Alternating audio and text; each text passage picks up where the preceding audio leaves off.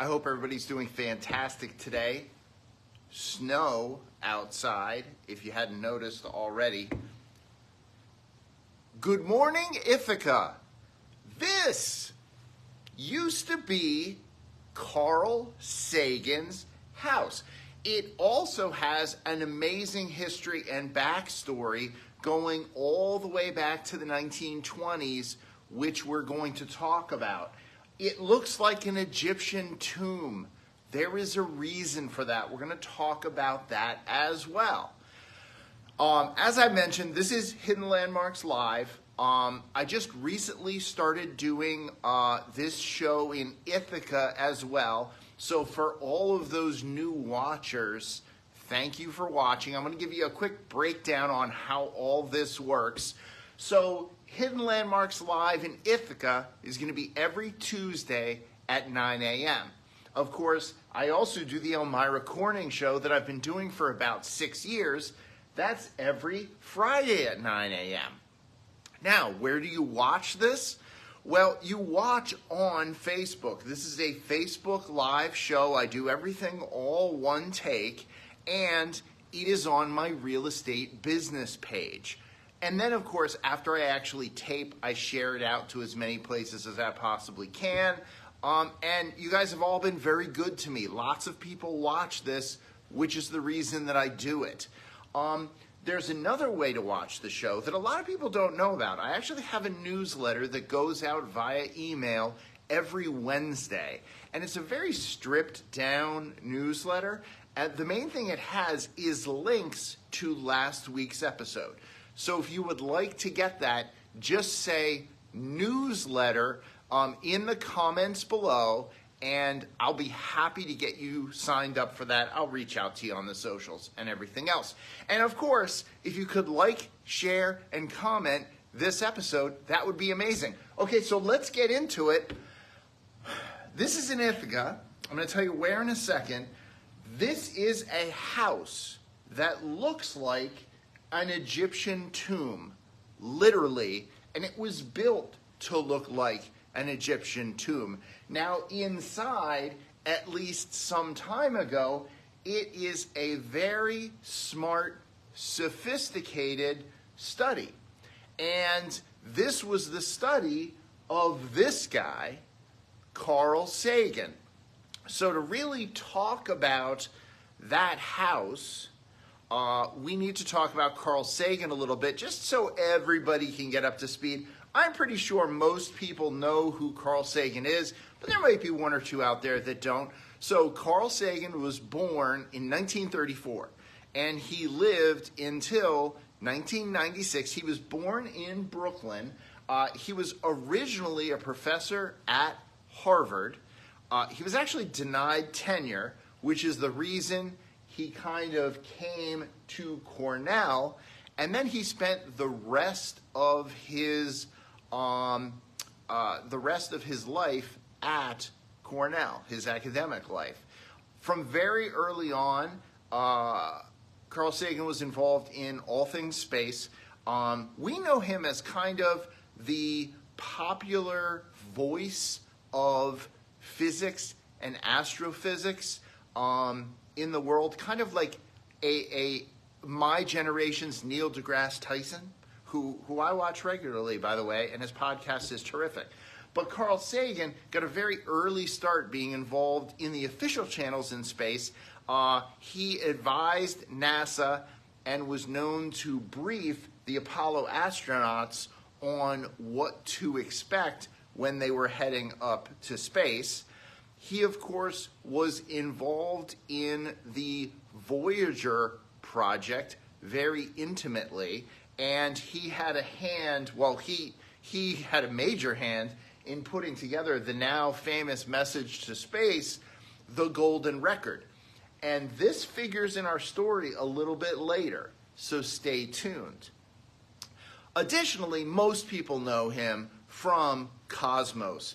If you were alive in the it would have been the late 1970s, this was on PBS constantly, and Cosmos, basically the story of the universe, hosted by Carl Sagan. very well known. And as a result of doing that show, Carl had some spending money, and he decided to buy this house. Now, this house is located on the edge of Fall Creek Gorge. It is located at 900 Stewart Avenue. It's right by the bridge, as you can see.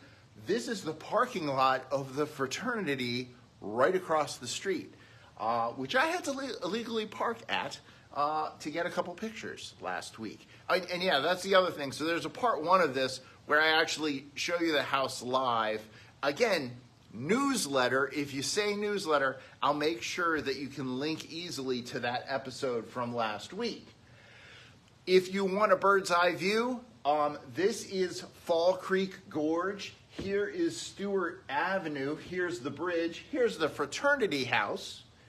And here is that house. That was, of course, Carl Sagan's house. But it was other things prior to being Carl Sagan's house. Most notably, it was the headquarters of the Sphinx Head Society, which is the oldest secret fraternal organization at Cornell.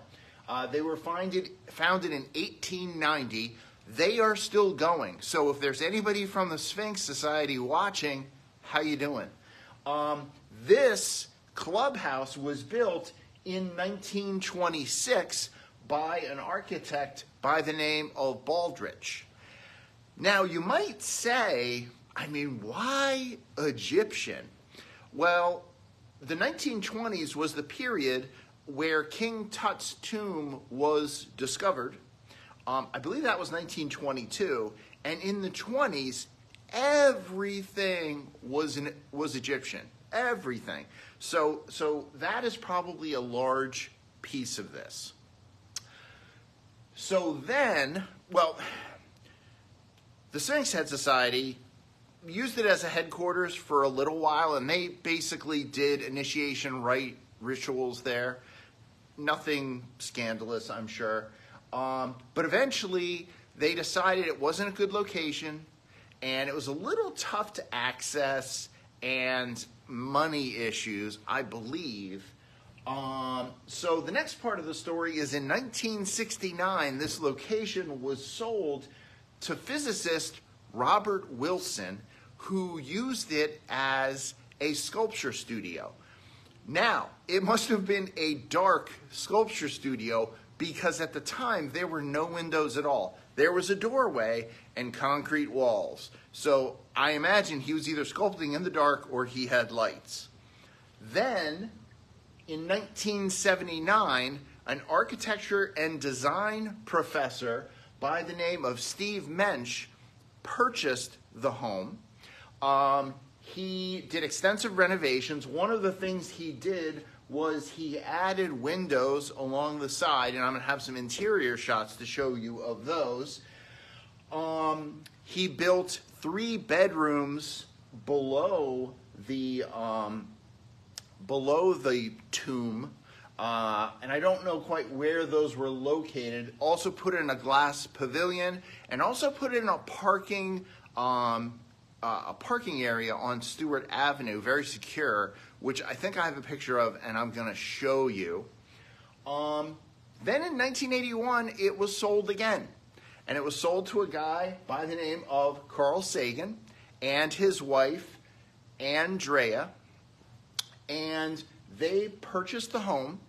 And one of the things, they did more renovations again. And one of the things that they did is they added a penthouse on top that was meant as an additional study space. And I think I have some pictures of that.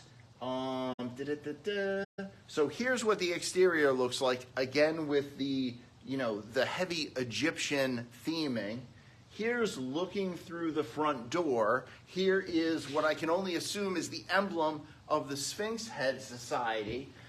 But one of the things that they did was they added doors and windows to make it more light and airy.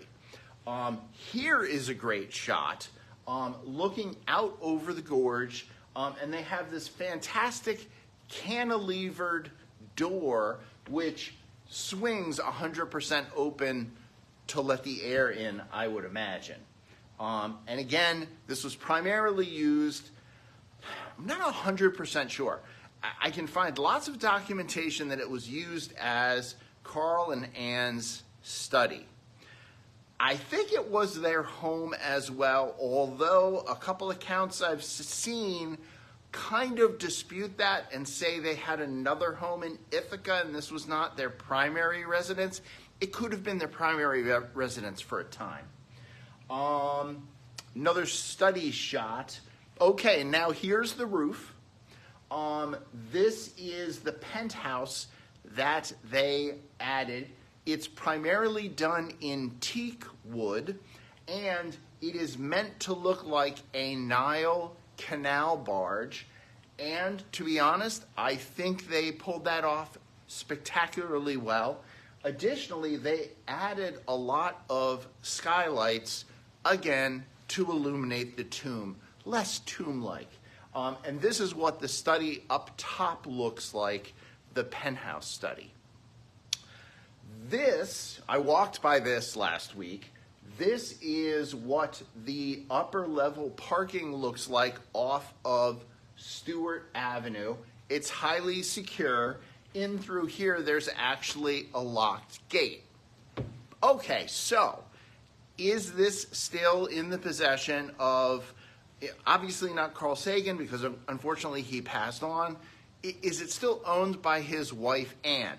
It is in fact not. I was very surprised because I kind of assumed it was. It sold just last year. And if this video makes its way to the new owners, I would absolutely love to come and do a show on the premises because there are so many layers to the history of this house. I just love this story. All right, so we need to talk about Anne because we really have a love story here.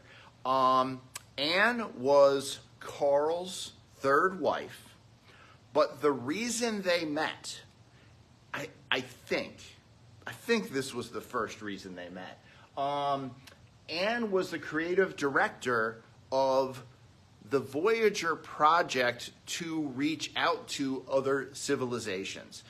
Her project was the Golden Record, and she collaborated heavily with Carl on this project, and they fell in love. And I can't do this story justice. There's actually a podcast, an NPR podcast called Radio Lab. It's a show, but now everybody knows it as podcasts. Radio Lab has an amazing episode on just this, where they talk about this story. But the gist of this story is they fell in love and got engaged during the period where they were deciding on what was going to be contained in this record. And one side is pictures, the other side can be played, and it's music of the planet, but it's also some other things. And one of the things is they encoded brainwaves into the record, so presumably some advanced civilization could play these brainwaves along with the music someday in the future. Well, the brainwaves on this record are Anne's. And the brainwaves were transcribed during the period where Anne was most passionately and romantically in love with Carl. They had just gotten engaged. They were, of course, infatuated with each other. So it's a very real possibility that if some advanced civilization transcribes Anne's brainwaves sometime in the future, they're going to say, oh my God, this woman was in love. I mean, that's just that's a romantic story. On Hidden Landmarks, this show, as you Ithaca folks will come to learn, we talk a lot about legacy and the idea of leaving something behind after you depart this earth, and how you can tie your legacy up with stories and great history. I mean, quite honestly, Carl Sagan hit it out of the park, because this man is forever going to be remembered for cosmos, forever. He is also going to be remembered for his involvement with astrophysics in general and popularizing science and space, and of course, the Voyager project.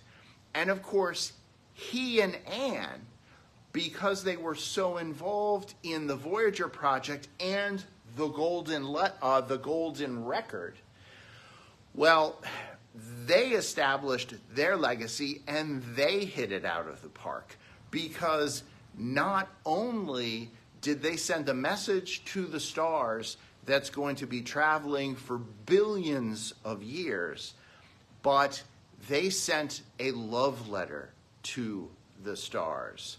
I want to thank all of you for joining me today. Like I said, I'm really having fun getting into some of these Ithaca stories.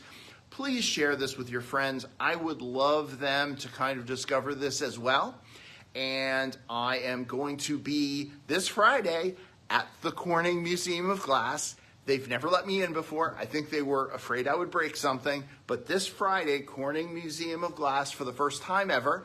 And then I'm going to be doing an Ithaca show as well on Tuesday.